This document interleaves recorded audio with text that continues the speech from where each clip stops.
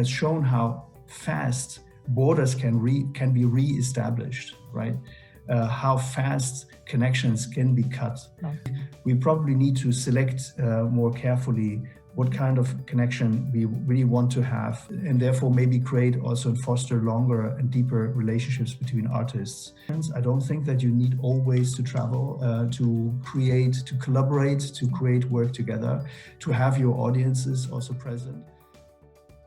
A lot of socially engaged practices in Bangladesh within their communities to kind of bring up the people around them, be it working with craftsmen and giving them other avenues for revenue, working with cinema banner painters, working with rickshaw painters. I've liked seeing how the arts sector has been supporting people who are artists, but maybe not within our art world.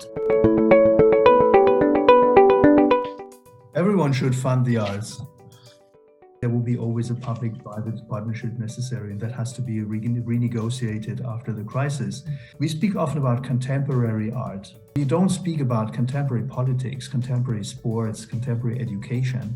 So we seem to have a particular sense for time, and for present time in particular, connect among our communities as contemporary.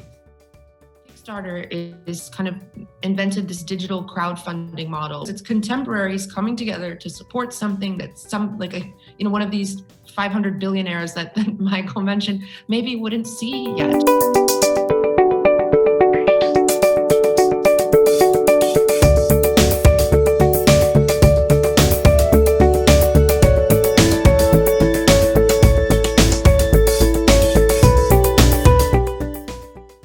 Extremely important as an arts council to consult. Artists want to create, but there is a danger of creating too many projects in the same time. So we said it could be interesting to support them in research. We invented a call that was called Close Distance to maintain cultural exchange, dialogue, but we cannot travel. We didn't want to support one-shots. We said we don't want to just support streams, and what was very important, we didn't want to support culture for free. That is a big problem with streams, that it's just free, it's nice for the moment, but for the artist, it's a financial problem.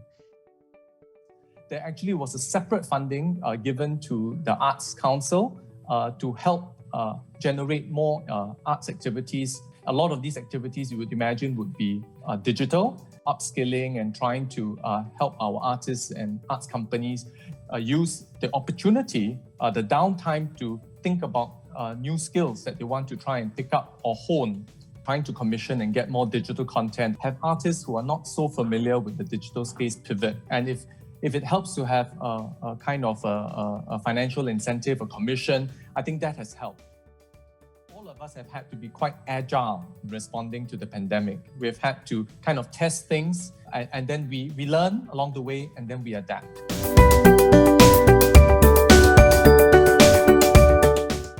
There's a danger of putting too much content out, right? I mean, we've often heard about screen fatigue. Sometimes you have to think about the lower tech things as well. We have a program which caters to seniors. Create these WhatsApp groups, have volunteers lead the WhatsApp groups, and then the content is shared through the WhatsApp groups. Also, for those who may not have access to a device, what we did was then we worked with the social service organization to use MP3 devices. The literature festival on Facebook. And the idea was very simple. They invited between 4 and 6 writers. They invited them for every time a lecture and a discussion. That was it. Very simply, very high quality. And it was all filmed at home. Very beautiful. I personally discovered a lot of good literature.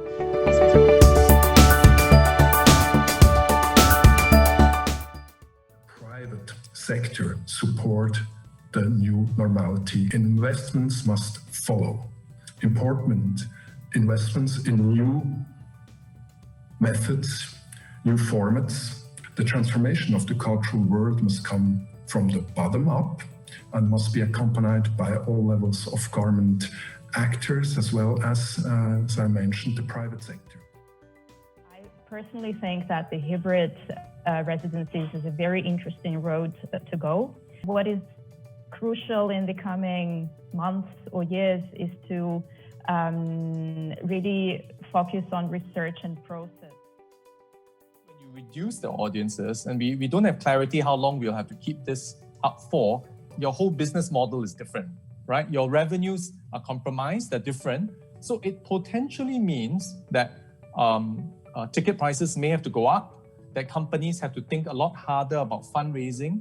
And of course, government has to think about then how much, it has to support the arts. Even if the government is prepared to support and businesses try to pivot, as with any other sector, there will be some people who will fall out of the ecosystem because it's just not sustainable.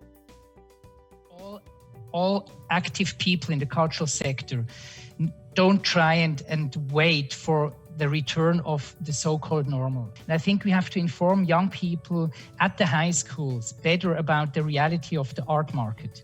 And then, secondly, to accompany them not only with supports for producing, but also for research, for the notion of transdisciplinarity, to integrate other realities, maybe to open up to new forms of collaboration.